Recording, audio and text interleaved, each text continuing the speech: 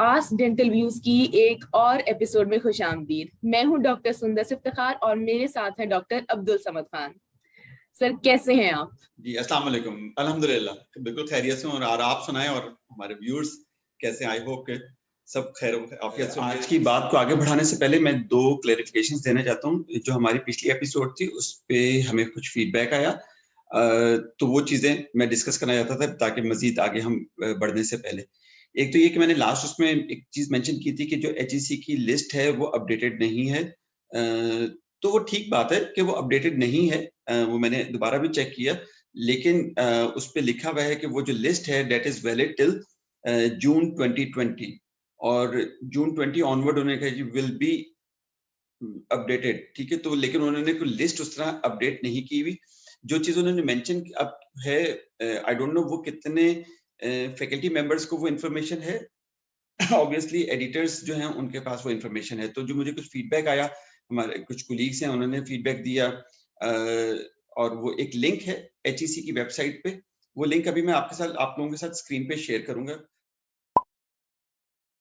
तो अगर किसी ने ये जानना है कि एचईसी रिकग्नाइज्ड जर्नल है या नहीं है या उसकी कैटेगरी क्या है, तो वो उस वेबसाइट पे जाके विजिट कर सकता है और वहां से उसको आइडिया हो जाएगा कि वो इंडेक्स्ड है, नॉन इंडेक्स्ड है, या डब्ल्यू कैटेगरी में है, या एक्स कैटेगरी में है, या वाई कैटेगरी में है। एक तो ये चीज क्लियर करनी थी।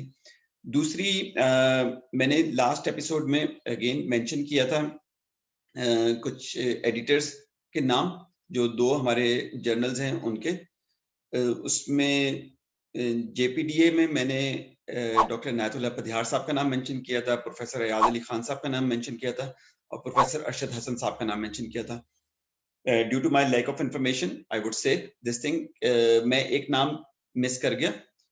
तो मुझे उस पर फीडबैक आया कि जी आपने एक बहुत इंपॉर्टेंट नाम जो इस जर्नल के लिए उसकी बका के लिए बड़ा इंपॉर्टेंट है और जिस उसके रन करने में, उसके सर्वाइवल में, और वो नाम है हाशिम हसन साहब का। हाशिम हसन साहब जो हैं वो सीईओ हैं डेंटल न्यूज के।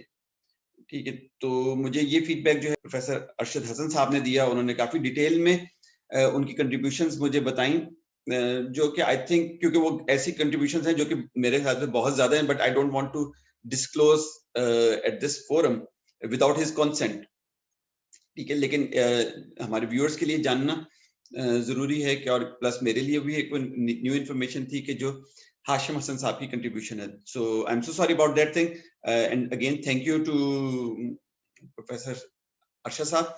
सर आपने वो प्रोग्राम देखा और उस पर अपना फीडबैक भी दिया, तो ये चीज मैं क्लियर करना चाहता हूँ। और प्लस यहाँ पे मैं अगर मैं कोई चीज मिस कर रहा हूँ या मैं कोई किसी भी वजह से वो इंफॉर्मेशन गलत है, तो प्लीज अपना फीडबैक दीजिए ताकि हम वो अपनी इंफॉर्मेशन को अपडेट कर लें या मैं अपनी नेक्स्ट एपिसोड में उसको मेंशन कर दूं।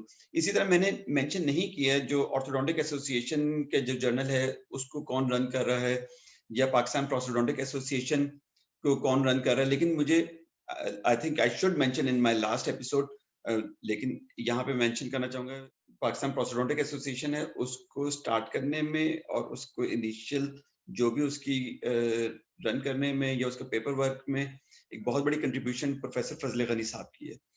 तो वो नाम मैंने मेंशन नहीं किया, I am so sorry. Professor Fazle Gani साहब अब हमारे साथ इस दुनिया में नहीं है, तो आई वुड लाइक टू पे ट्रिब्यूट टू हिम।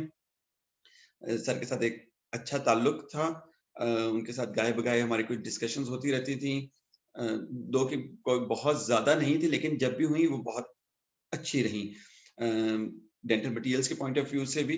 और स्पेसिफिकली यहाँ पे मैं मेंशन करना चाहूंगा जो उन्होंने पीपीए के लिए जो उनकी कंट्रीब्यूशन है, तो अब हम उनके लिए दुआ कर सकते हैं, अल्लाह उनको जन्नत में आला मुकाम अता फरमाए और आगे की जिंदगी में उनके लिए आसानियां उनको आसानियां दे।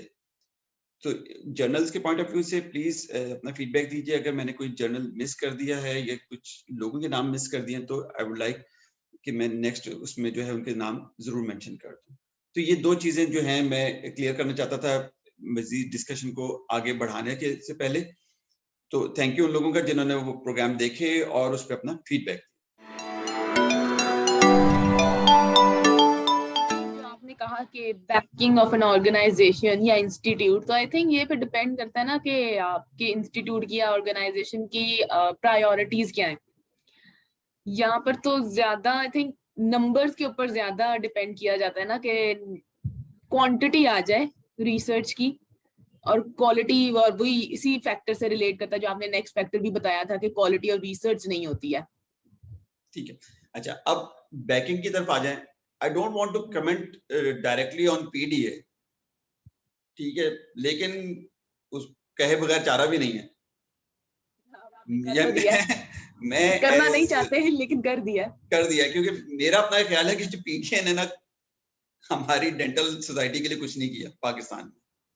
जो अगर उन्होंने किया भी है ना, तो वो डॉक्टर अब्दुल समद खान के पॉइंट ऑफ व्यूज हैं, इससे मेरा डॉक्टर सुंदस का कोई लेना देना नहीं हाँ है। नहीं, ये मेरा ऑब्वियसली ये मेरा बिल्कुल मेरा व्यू है। उन्होंने सवाए कॉन्फ्रेंसेस कराने के, कुछ कॉन्फ्रेंसेस कराने के, या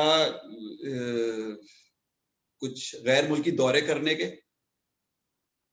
ठीक है, उन्होंने कुछ नहीं किया जो कि उनको करना चाहिए था। जितनी कि उनके पास फंडिंग अवेलेबल होती है, जितनी वो फंडिंग ले सकते हैं, ठीक है, अगर किया भी है तो वो इतना है कि वो आटे में नमक के बराबर है, जो जिनको हम सिर्फ उंगलियों पे गिन सकते हैं। हाँ, इतने सालों में 50 40 45 सालों में ये जी उन्होंने 3 प्रोजेक्ट किए, किया है ना। अगर किया भी है, मुझे पता है कि कुछ काम किए हैं उन्होंने, ठीक है, लेकिन अगर मैं गिनने बैठूं ना, ये 10 उंगलियों से ज्यादा नहीं होंगे, ठीक है। या वो उन्होंने सवाए वो कौन सा मेडिकेम टूथपेस्ट के ऊपर ठप्पा लगवाने के ना, उन्होंने और कुछ नहीं किया कि उन्होंने मेडिकेम टूथपेस्ट पीडीएजी रिकॉग्नाइज, ठीक है, चले खैर वो एक अलग बात है। तो अब जो पीडीए को रोल प्ले करना चाहिए था अपने जर्नल की को स्ट्रेंथन करने के लिए, अगर हम जर्नल के पॉइंट ऑफ व्यू से बात करें, तो मेरा नहीं ख्याल कि अगर किया होता तो शायद के हालात काफी बेहतर होते, ठीक है। तो इसलिए हमारी जो ऑर्गेनाइज इंस्टीट्यूट सॉरी जो पीडीए की ऑर्गेनाइजेशन है, वो तो इस मामले में फेल है।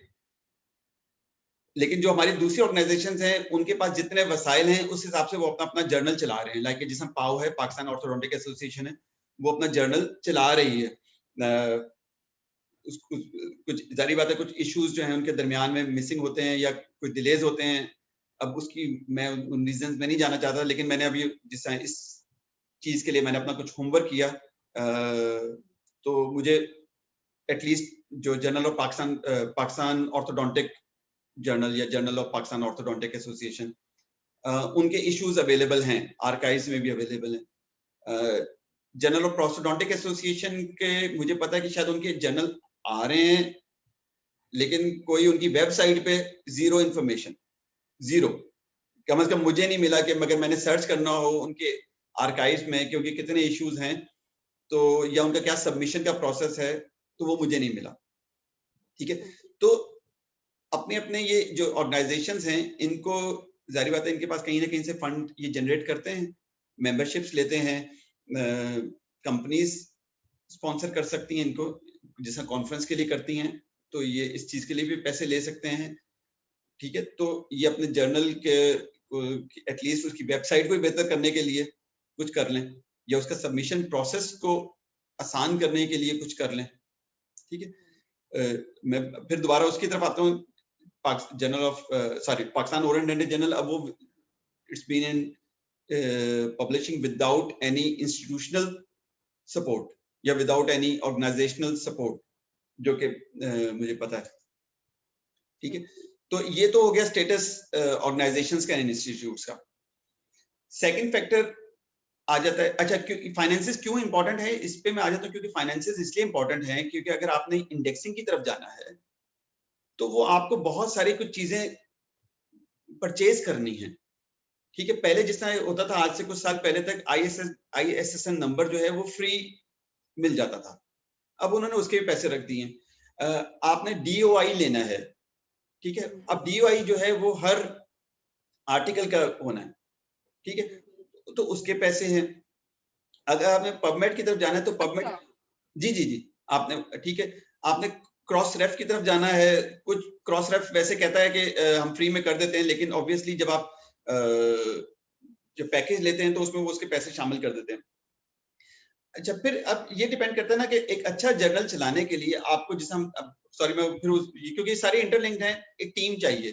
अब टीम अगर आपके पास नहीं है तो then definitely you should go for publishers, जिनका एक्सपीरियंस है, जिनका काम ही मैगजीन्स निकालना या जर्नल्स निकालना है। अब हम जब उन पब्लिशर्स की तरफ देखते हैं तो उनकी अपनी एक फी है, पैसे वो चार्ज करते हैं, ठीक है। मेरा अपना भी पर्सनली लास्ट ईयर बहुत ज्यादा कन्वर्सेशन रही एल्सवेयर वालों के साथ। कुछ हम एक प्रोजेक्ट पे काम कर रहे थे, ठीक है। अब वो they are sitting in Singapore, अब उनकी है, उन्होंने आगे कुछ सबलेट की हुई है। अब जब मैंने उनके साथ डिस्कशन की तो एक जर्नल स्टार्ट करने के लिए या एक जर्नल को उस स्टैंडर्ड पे कि जिसको एल्सवेयर चलाना चाहता है, तो the minimum package they gave me was around $16,000 US dollars, ठीक है, पर ईयर, ठीक है। अच्छा, सही। अब नाउ दैट्स टू मच। इसी तरह मेरी कुछ और हमारे जो एडिटोरियल एडिटर्स हैं पाकिस्तान में, मेरी उनसे बात हुई जिन्होंने इस पे वर्किंग की। The package they got it like from any some other organisation but related to elsewhere, again जो उनको भी मिनिमम पैकेज मिला वो कोई अराउंड कोई 10 लाख के करीब था, ठीक है। अब इसके अलावा कुछ और हैं जो ओपन एक्सेस वाले हैं, जो कुछ फ्री में भी आपका काम कर देते हैं, लेकिन ऑब्वियसली जब वो फ्री में करते हैं तो वो क्वालिटी भी फिर वैसी ही होती है, ठीक है। तो इसलिए फाइनेंसेस होना बहुत जरूरी है। अब now you have to see how to generate those finances. या तो आप ऑथर से लें, अब हर जर्नल ने फी रखी हुई है, ठीक है तो वो वहां से अपने पैसे जनरेट करते हैं, लेकिन वो सफिशिएंट नहीं है ना। तो कुछ जर्नल जो हैं वो उसकी तरफ जाते हैं, ये जो क्या कहते हैं एड्स की तरफ, वहां से, but still they have to generate some fund. अब वो फंड जो ये बड़ी ऑर्गेनाइजेशंस हैं, ठीक है, जिसमें हमारी पीडीए है या पाओ है या पीपीए है, या ऑब्वियसली जैसा हम इस पे कुछ वर्किंग कर रहे हैं जो आईएडीआर पाकिस्तान सेक्शन है, ठीक है। तो we have to generate funds, ठीक है। और वो फंडिंग की सपोर्ट एक क्या कहना चाहिए कि सस्टेनेबल सपोर्ट चाहिए, ठीक है। तो ये तो हो गया फाइनेंसेस से रिलेटेड, और इसमें आप एडिटोरियल टीम के तो 2 फैक्टर्स हमारे वहां पे, और इंस्टीट्यूट 3 फैक्टर्स आ गए। अब आ गया जो हमारा सेकंड फैक्टर था, and that is most important, quality of research. जी, इस पे आपके आपके क्या ख्यालात हैं? क्वालिटी ऑफ रिसर्च तो खैर वो पता नहीं क्या होती है। हम तो प्रमोशन के लिए रिसर्च करते हैं और उसके लिए तो नंबर चाहिए होते हैं, क्वांटिटी चाहिए होती है, इसलिए क्वालिटी के बारे में कभी ध्यान नहीं दिया। एक्चुअली देखिए, ये सारे फैक्टर आज हम जैसे जिस जर्नल का इशू डिस्कस कर रहे हैं कि, और हम ये रोना रो रहे हैं कि पाकिस्तान का कोई जर्नल जो है वो पबमेड इंडेक्स नहीं है या स्कोपस इंडेक्स नहीं है। देखिए उनकी उन ऑर्गेनाइजेशंस की सर्टेन रिक्वायरमेंट्स हैं। उनकी रिक्वायरमेंट्स में ये शामिल है कि आपका एडिटोरियल बोर्ड किन लोगों पे मुश्तमिल है। सिर्फ दोस्ती यारी वाले सारे भरे हुए हैं या कोई काम के भी बंदे भरे हुए हैं, ठीक है। आपके पास local and international editorial members कितने हैं, रिव्यूअर्स कितने हैं, आपका रिव्यूइंग प्रोसेस कैसा है, ठीक है, आपका रिजेक्शन रेट कितना है, यानी कि आप जो रिव्यू करवा रहे हैं, ठीक है, उसको वो जज करते हैं कि किस किस्म के कमेंट्स जो हैं वो दिए जा रहे हैं और किन कमेंट्स की बेस पे जो है वो एक्सेप्ट किया जा रहा है या रिजेक्ट किया जा रहा है। फिर एक जर्नल में या एक इशू में कितने नंबर ऑफ आर्टिकल्स पब्लिश हो रहे हैं एक इशू में, ठीक है, उसको मॉनिटर करते हैं। देन उसकी डिस्ट्रीब्यूशन है कि कितने जो हैं इसमें रिव्यू आर्टिकल होने चाहिए, कितने जो हैं इसमें क्वेश्चनआयर बेस्ड या सर्वे बेस्ड होने चाहिए, कितनी ओरिजिनल रिसर्च होनी चाहिए, या कितनी कोई क्लिनिकल ट्रायल्स बेस्ड हैं, तो वो उसकी एक डिस्ट्रीब्यूशन होती है। अब हमें ये देखना है कि हम सब ने देखते ही हैं, हमारे पास हर महीने या 6 महीने बाद या कहीं 3 महीने बाद कोई ना कोई इशू आता है। तो अगर आप उसकी लिस्ट देखें कि वो आर्टिकल्स ज्यादातर किस पे बेस करते हैं, तो उससे आपको खुद ही अंदाजा हो जाएगा कि वो पबमेड वाले या स्कोपस वाले क्यों नहीं इसको सही वो करते हैं। एक्सेप्ट कर रहे हैं। ठीक है तो ये थे वो 4 फैक्टर्स। जी, ये 4 फैक्टर्स हैं। अच्छा, अब इसमें ठीक है, हाँ, अब इसमें क्वालिटी ऑफ रिसर्च की तरफ आते हैं मजीद। Unfortunately, again, it is interlinked with the policies of institutes and policies given by those organizations like PMC and HEC को रहने दें PMC ने, ठीक है, वही के 5 आर्टिकल की बेस पे अब उन्होंने बढ़ा दिए, 15 कर दिए, ठीक है, लेकिन अब हो गया 5 से सीधा जी 5 से सीधा 15 हो गया। अच्छा, ठीक है, तो अब उसमें उन्होंने वही जब बात है कि अच्छा कौन 5 आर्टिकल्स आपने पब्लिश करने, सॉरी 15 करने हैं, नॉन इंडेक्स्ड हैं, इंडेक्स्ड हैं, उससे उनको लेना देना नहीं है। तो जब आपने इस किस्म की पॉलिसी डेवलप की हुई है तो आपने लोगों में से काम करने की जो थर्स्ट है वो खत्म कर दी। ठीक है, अगर मुझे ये पता है कि बस मैं 5 आर्टिकल्स के बाद आई एम प्रोफेसर, ठीक है, 95% लोग they are happy with this thing, they don't want to work anymore. तो जब आपको आप अपने कैरियर के टॉप पे पहुंच गए, शायद मरते हुए कोई आपको प्रोफेसर एमेरिटस बना दे, ठीक है, बस अदरवाइज आपको वो बस वो प्रोफेसर का आपको टाइटल मिल गया। पहले तो है ना कि चले जी आप एसआर हैं, एसआर से जी अभी हमने एपी होना है, एपी से एसोसिएट होना है, तो एक आपको एक वो होता है कि जी मैंने कुछ काम करना है। अब वो काम के क्योंकि क्वांटिटी जो है वो सिर्फ एक सर्टेन नंबर ऑफ आर्टिकल्स हैं, उसके बाद then once you achieve it then fine, तो खत्म हो गया। तो और उसमें भी आपने कोई वो क्वालिटी ऑफ जर्नल को नहीं देखा कि किस किस्म के जर्नल में पब्लिश हो रहे हैं, तो वो हम भी खुश हैं, आप भी खुश हैं, वो जर्नल भी खुश है, ठीक है, क्योंकि देखिए जर्नल अगर सरवाइव कर रहा है, हर जर्नल जो चलाता है वो चाहता है कि उसका जर्नल सरवाइव करे। ठीक है, अगर सपोज मैं एक जर्नल स्टार्ट करना चाहता हूं तो ये मेरी ख्वाहिश होगी कि वो जर्नल जो है वो चले, यानी कि ये नहीं चाहे मैं रहूं या ना रहूं, उस जर्नल को रहना चाहिए। ठीक है, तो मैं उसकी इंप्रूवमेंट के लिए कुछ काम करता रहूंगा।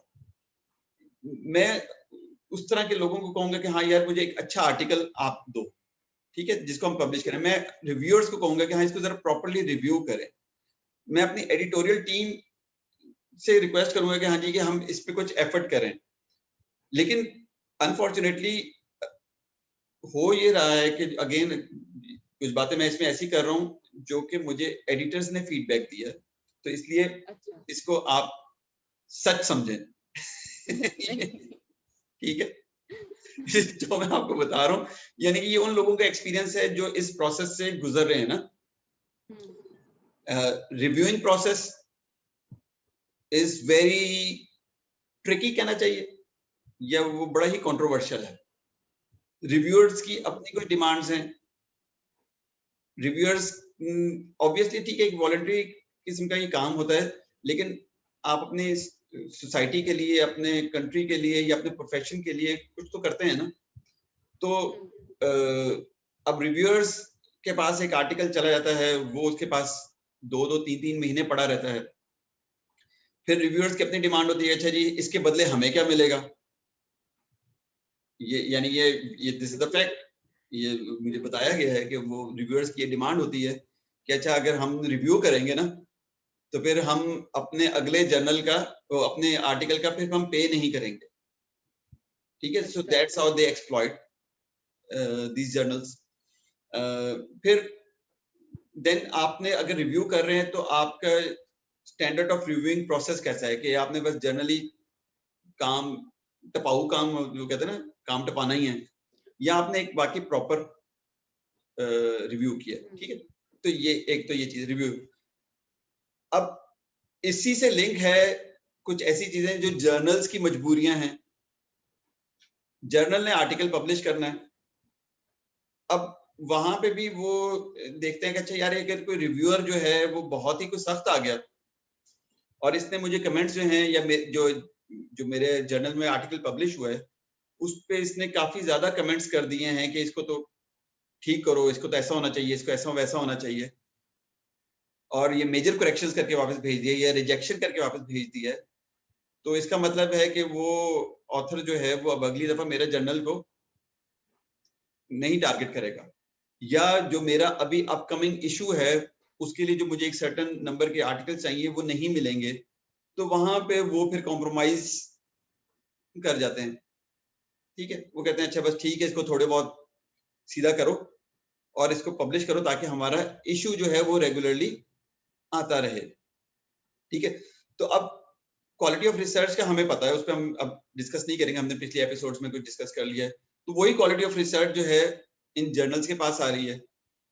एडिटर की मजबूरियां मैंने आपको बताई कि उसने अपना जर्नल चलाना है, वो एक certain number of articles publish करवाना चाहता है हर इशू में, तो वो भी कॉम्प्रोमाइज कर जाते हैं कहीं ना कहीं।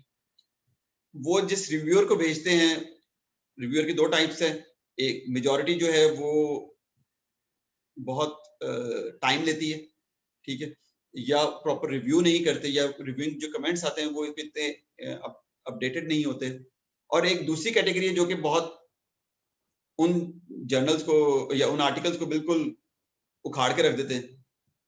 ठीक है, तो जब वो वापस जाता है तो वो ऑथर कहता है इतने तो हमारे पास वसाइल ही नहीं है, हम इसको कैसे ठीक करें। तो इस तरह की ये मल्टीपल फैक्टर्स हैं जो कि अनफॉर्चुनेटली हमारे साथ चले आ रहे हैं। इसको ना हमारा इंस्टीट्यूट सपोर्ट करता है, इंस्टीट्यूट की डिमांड तो होती है कि आर्टिकल पब्लिश करो, ठीक है, लेकिन वो वसाइल प्रोवाइड नहीं करता उस रिसर्च के लिए या क्वालिटी ऑफ रिसर्च को इम्प्रूव करने के लिए। जर्नल के अपने जैसा फाइनेंसेस के इश्यूज हैं, उनके पास जैसी कोई रिसर्च आ रही है उन्होंने वैसी ही आगे प्रोड्यूस वो पब्लिश करनी है। अब अगर आप एचईसी की गाइडलाइंस देखें ना, आई विश कि आप या जो हमारे अगर व्यूअर्स सुन रहे हैं, अगर वो एचईसी ने बड़ी गाइडलाइंस दी हुई हैं कि आपके जर्नल के लिए ऐसे ऐसे आर्टिकल्स होने चाहिए या ये रिव्यूइंग प्रोसेस होना चाहिए और ये एडिटोरियल टीम की रिस्पॉन्सिबिलिटीज हैं, तो वो हैं तो बहुत अच्छी, ठीक है, लेकिन हमारे गिवन सर्कमस्टांसेस में वो एप्लीकेबल हैं कि नहीं है। और अगर एप्लीकेबल हैं तो then we need a lot of support. Back end पे हमें बहुत सपोर्ट चाहिए, एक डेडिकेटेड टीम की और फाइनेंसेस की और किसी एक तगड़ी ऑर्गेनाइजेशन की। तो ये कुछ फैक्टर्स, यानी कि आगे बात लंबी हो जाएगी जी, अगर आपका कोई और आगे। हाँ, नहीं बस मैंने आपसे यही कहना था कि थैंक यू, आपने काफी सवालात के जवाब दिए और इस डिस्कशन से और काफी सवालात मेरे जहन में पैदा हुए हैं, और बल्कि आज आपने बहुत से लोगों के ऊपर हमले भी किए। तो अगली बार मैं जब एपिसोड स्टार्ट करूंगी तो आप पे हमला करके स्टार्ट करूंगी। अच्छा, तो उस हमले के लिए अगले एपिसोड के लिए हमारे व्यूअर्स तैयार रहें। तो इंशाल्लाह फिर हम उनसे नेक्स्ट टाइम मुलाकात करेंगे। जी बिल्कुल बिल्कुल। और सर आपके कोई कंक्लूडिंग रिमार्क्स हैं तो, वरना हम अपने व्यूअर्स को अल्लाह हाफिज कहते हैं और इंशाल्लाह नेक्स्ट टाइम फिर उनसे मुलाकात करेंगे।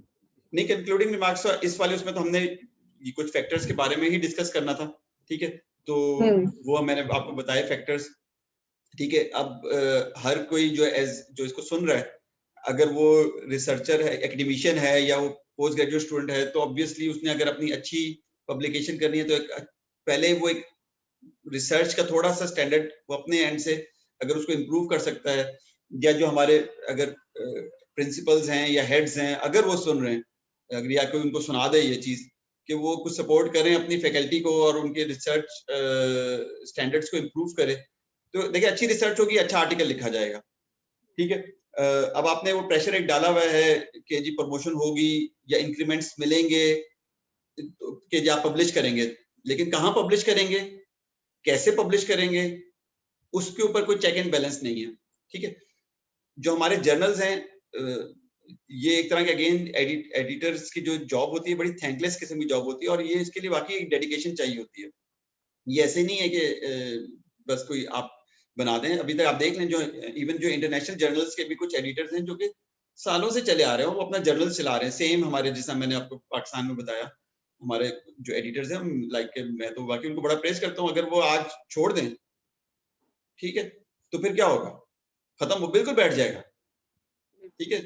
तो उन्होंने एक अपनी डेडिकेशन के साथ अपना काम किया, लेकिन they must include some other people, like minded people, ठीक है, अपनी एक टीम बनाएं, ठीक है, अपना काम डिवाइड करें। अगर आपने एक टीम बना ली है, ठीक है, तो आपका बहुत ज्यादा काम जो है वो डिस्ट्रीब्यूट हो जाएगा। अच्छा सॉरी, आपने कंक्लूड कर दिया था, चलें फिर हम अगली उसमें कुछ चीजें डिस्कस करेंगे, ठीक है? वो हम अगली बार डिस्कस करेंगे। तो थैंक यू सो मच आप सबका हमारा एपिसोड देखने के लिए, और इसी डिस्कशन को हम कंटिन्यू रखेंगे अपने नेक्स्ट एपिसोड में। तो मिलते हैं आपसे नेक्स्ट एपिसोड में, तब तक के लिए अल्लाह हाफिज। अल्लाह हाफिज।